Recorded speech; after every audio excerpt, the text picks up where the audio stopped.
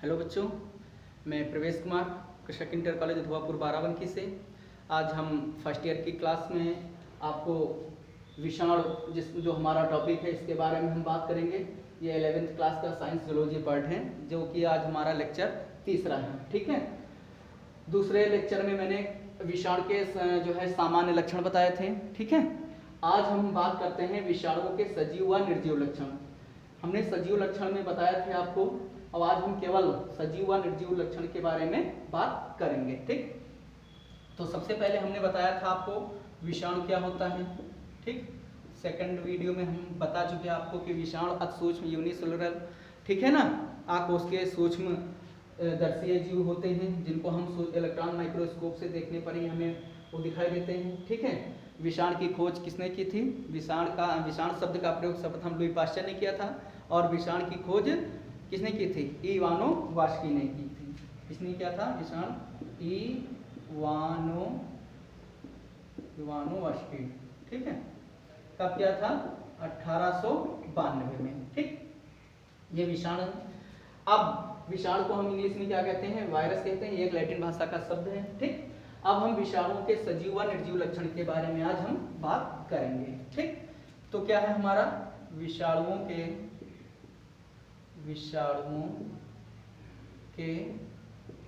कौन से सजीव लक्षण? ठीक, विषाणुओं के सजीव लक्षण। तो विषाणुओं में क्या ऐसे लक्षण पाए जाते हैं, ठीक है, जिन्हें हम सजीव के रूप में उन्हें जानते हैं? तो पहला पॉइंट है, जो विषाणु होता है, जो आपका विषाणु होता है सजीव कोशिकाओं में, सजीव कोशिकाओं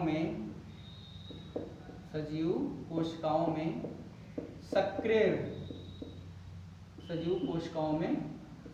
रहता है। ठीक, जो विषाणु होता है वो सजीव कोशिकाओं में क्या होता है? सक्रिय रहता है। ठीक है, दूसरा पॉइंट क्या है? ये जो विषाणु होता है, ठीक है, जो विषाणु जो वायरस होता है, ये सजीव कोशिकाओं में ही गुणन करता है। विषाणु जो होता है वो सजीव कोशिकाओं में ही क्या करता है? गुणन करता है।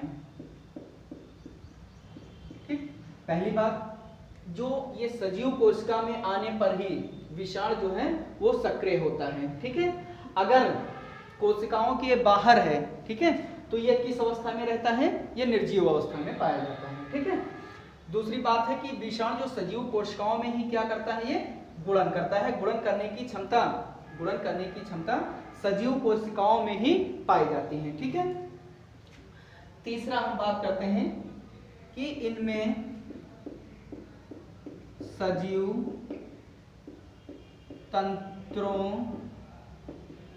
की भांति, ठीक है, मतलब इनमें सजीव तंत्रों के समान ही या भांति ही आरएनए व डीएनए पाया जाता है। ठीक है, मतलब इनमें सजीव तंत्रों की भांति या समान ही आरएनए व डीएनए पाया जाता है। अच्छा, ठीक, अब ये हम बात करते हैं कि इनमें सजीव तंत्रों की भांति ही क्या पाया जाता है? आरएनए या डीएनए पाया जाता है। ठीक, तो पहला पॉइंट था सजीव कोशिकाओं में सक्रिय रहते हैं। दूसरा है इनमें सजीव कोशिकाओं में गुणन करने की क्षमता पाई जाती है या गुणन करते हैं। ठीक है, तीसरा क्या है? इनमें सजीव तंत्रों की भांति आरएनए व डीएनए पाया जाता है। ठीक है, अब इनमें सजीव तंत्रों की भांति ही दो प्रमुख कार्बनिक पदार्थ हैं। ठीक है, आइए देखते हैं चौथा पॉइंट, इनमें सजीव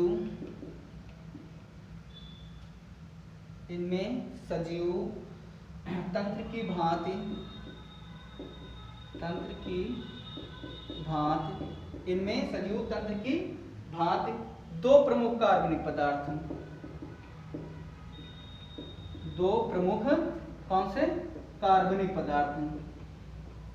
दो प्रमुख कार्बनिक पदार्थ क्या होता है? प्रोटीन व न्यूक्लिक अम्ल पाया जाता है। प्रोटीन व न्यूक्लिक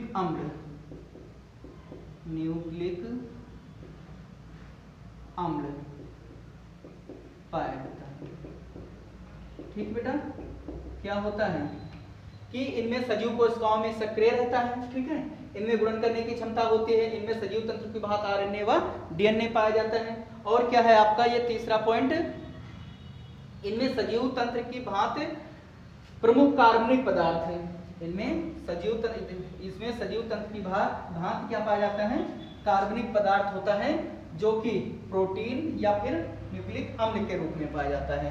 क्या पाया जाता है, प्रोटीन व न्यूक्लिक अम्ल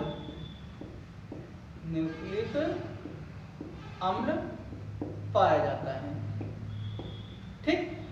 अब नेक्स्ट हम बात करते हैं, नेक्स्ट पॉइंट पे, ये प्रतिजनी, इनमें प्रतिजनी गुण पाए जाते हैं, इनमें जो गुण होता है वो प्रतिजनी होता है, इसमें प्रतिजनी गुण पाया जाता है, एंटीजेनेसिस गुण पाया जाता है, ठीक। 6 की बात करते हैं, इनमें संक्रमण की क्षमता होती है बेटा, इनमें क्या होती है, इनमें संक्रमण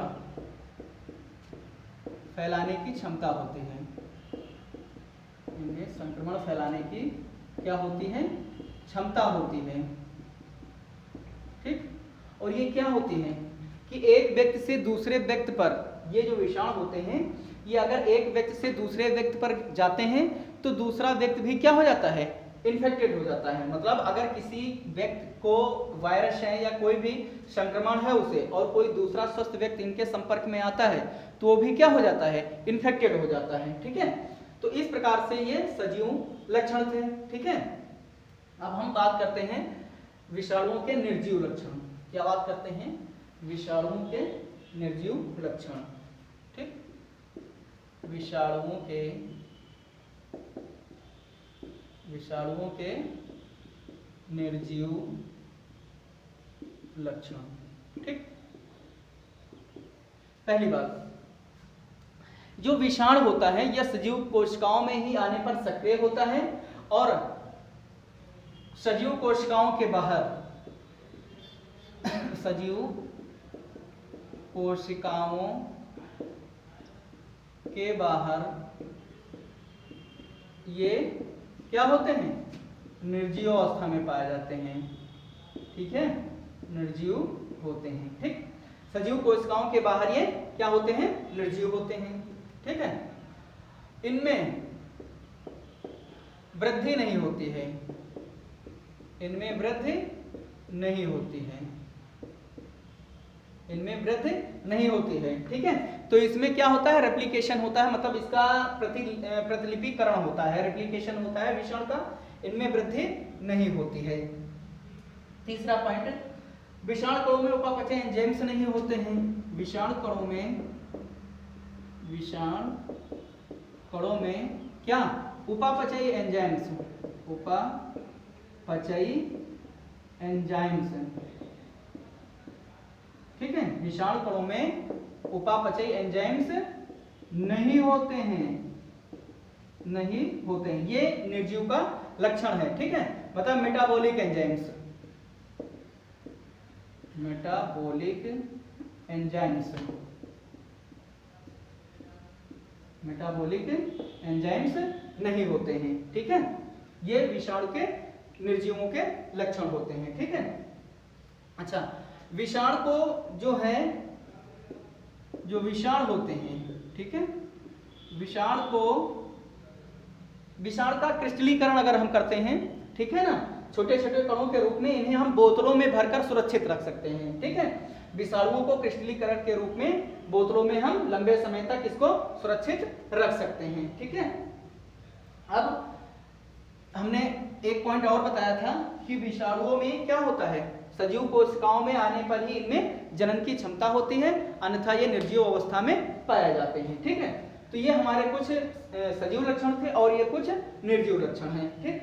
अब हम विषाणुओं के आकार के बारे में बात करते हैं कि विषाणु का आकार कैसे होता है, ठीक है। विषाणुओं का आकार, क्या बात करते हैं, विषाणुओं का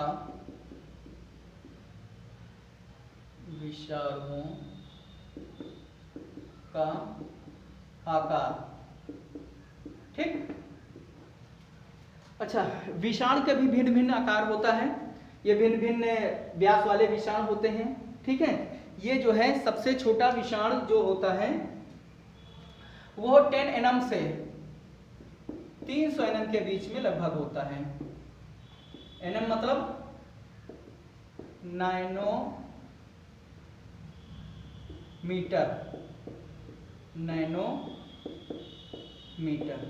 ठीक। तो जो इनका विषाणु का जो आकार होता है, आमाप होता है, वो 10 nm से लेकर 300 nm के बीच में होते हैं संभवतः। ठीक है, सबसे छोटा जो होता है वो 10 nm का होता है, जिसको हम नैनोमीटर कहते हैं। ये व्यास के होते हैं। कुछ विषाणु हैं जिनके बारे में हम बात कर लेते हैं। ठीक है। अच्छा, अब हम बात करते हैं विषाणु का, कुछ विषाणुओं का आमाप, कुछ विषाणुओं का आमाप। इससे पहले हमने बताया था आपको टीएमवी। ठीक है, टोबैको मोजैक वायरस। ठीक है, क्या बताया था? Tobacco mosaic virus. ठीक, टीएमवी। ठीक है। अब इसका जो आमाप होता है, इसका जो आमाप होता है वो क्या होता है? 15x300 nm का होता है। ठीक है, मतलब टोबैको मोजैक जो वायरस होता है, टीएमवी मतलब तंबाकू की पत्तियों वाला जो वायरस होता है, वो कितने व्यास का होता है? उसका व्यास क्या होता है? 15x300 nm का होता है। ठीक है, तो ये हो गया टीएमवी का। दूसरा है आपका इन्फ्लुएंजा विषाणु। इन्फ्लुएंजा विषाणु। ठीक है, इन्फ्लुएंजा क्या होता है? मतलब जब आदमी के क्या होता है, छींकें आती हैं। ठीक है, जब वो इन्फ्लुएंजा से ग्रस्त होता है तो उसे बहुत सारी छींकें आती हैं, आंखों से पानी निकलता है हल्का फुल्का। ठीक है, और यहाँ तक कि वो जिस रूम में हो, अगर एक रूम में 10 या 15 लोग बैठे हैं, अगर उसे इन्फ्लुएंजा है, अगर वो बार बार छींक रहा है तो अन्य पर्सन भी उससे क्या हो जाएंगे? इन्फेक्टेड हो जाएंगे। ठीक है, इन्फ्लुएंजा विषाणु का आमाप क्या होता है? 80 to 120 nm का। ठीक, मतलब 80 से 120 का। ठीक, तो ये टोबैको मोजैक वायरस, इसका आमाप हो गया है 15x300 और इन्फ्लुएंजा का हो गया। और आपको एक हम बता रहे हैं पोलियो विषाणु। क्या है? पोलियो विषाणु। ठीक, पोलियो विषाणु, इसका आमाप कितना होता है? 20 से 27 nm होता है। ठीक है, ये हमारे क्या हैं, कुछ विषाणुओं की आमाप दी हुई है, जिसमें इन्फ्लुएंजा विषाणु 80 से 120 nm का, और पोलियो विषाणु क्या होता है? 20 से 27। पोलियो क्या होता है? इसमें जो है आपने देखा होगा कि ये अगर इन्फेक्टेड करता है तो इसमें प्रेरक जो तंत्रिकाएं होती हैं वो क्या हो जाती हैं? वो बेकार हो जाती हैं। बच्चे चल नहीं पाते हैं। ठीक है, ये सब उसमें पोलियो में होता है। इसके लिए भी ओरल वैक्सीन बनाई गई है जो कि गांव में दिया जा रहा है। ठीक है, तो ये हो गया। अब हम बात करते हैं मानव में विषाणुओं द्वारा उत्पन्न कुछ रोग। ठीक है, इसके बात करते हैं मानव में विषाणुओं द्वारा होने वाले रोग। मानव में होने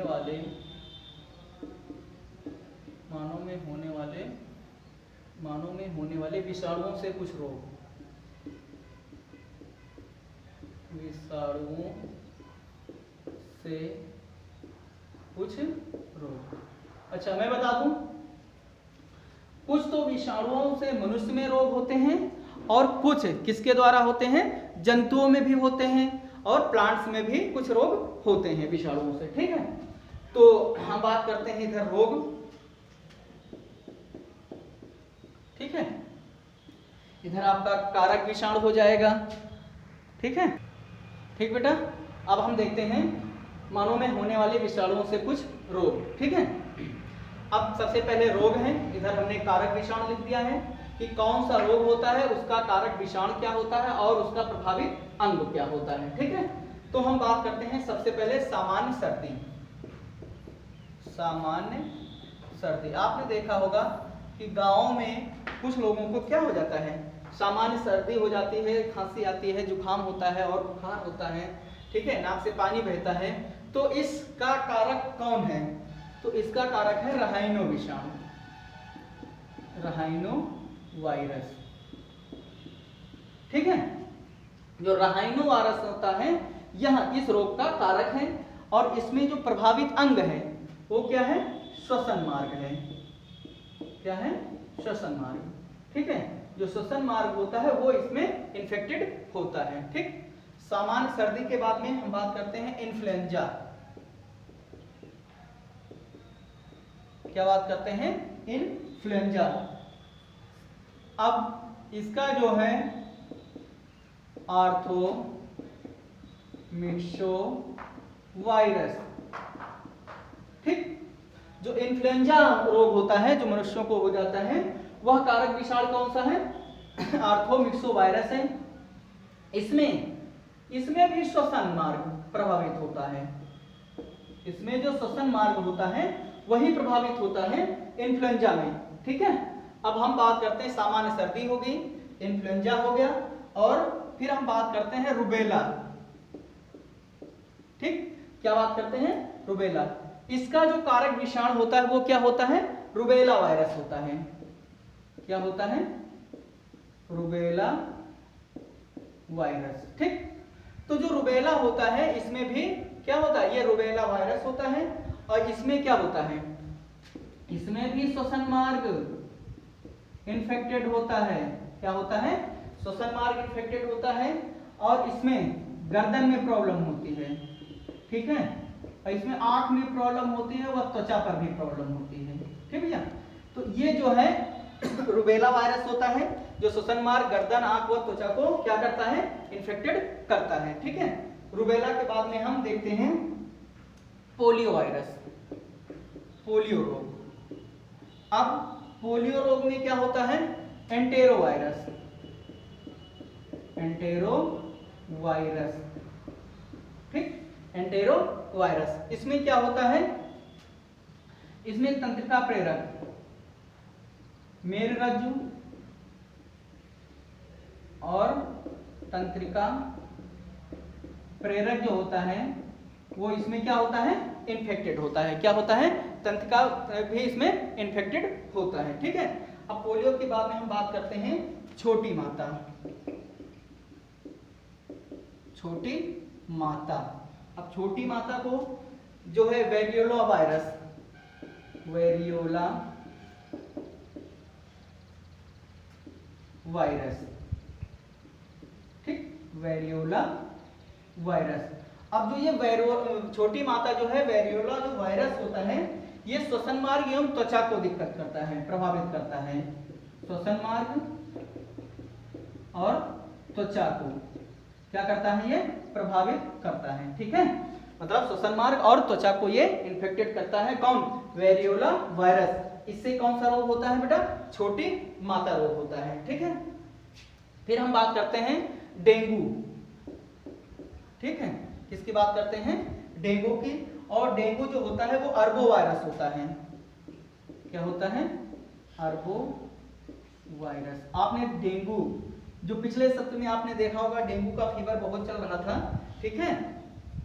इसमें जोड़ व पेशियों को ये प्रभावित करता है। डेंगू क्या होता है? इसमें रुधिर प्लेटलेट्स की कमी होने लगती है, उनकी संख्या घटने लगती है, ठीक है, लोगों की दिक्कत होने लगती है, ठीक है। तो ये डेंगू रोग हो जाता है किससे? अर्बो वायरस होता है जिसमें जुड़वा पेशी को ये इन्फेक्टेड कर देता है। अब हम बात करते हैं एड्स की। एड्स किससे द्वारा होता है? विषाणु से होता है। एड्स का फुल फॉर्म क्या होता है? Acquired immuno deficiency syndrome. इसका जो वायरस होता है वो क्या होता है बेटा? HIV होता है, ठीक है। अब हम बात करते हैं एड्स, AIDS। इसका जो वायरस होता है वो क्या होता है? HIV। एड्स का फुल फॉर्म क्या होता है?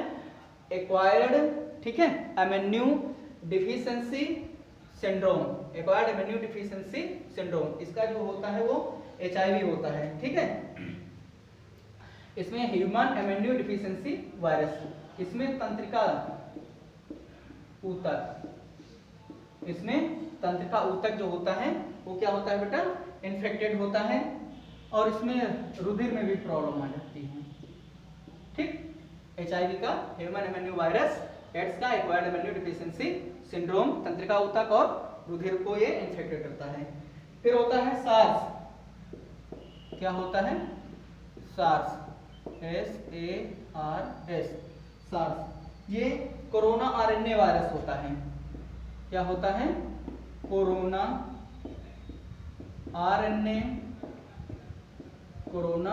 RNA virus. ठीक, ये जो प्रेजेंट टाइम में चल रहा है वही है कोरोना RNA वायरस। हृदय, फेफड़े और मस्तिष्क को ये प्रभावित करता है। हृदय, फेफड़े, मस्तिष्क क्या करता है, ये इन्फेक्टेड करता है। ठीक है, फिर अंत में रेबीज।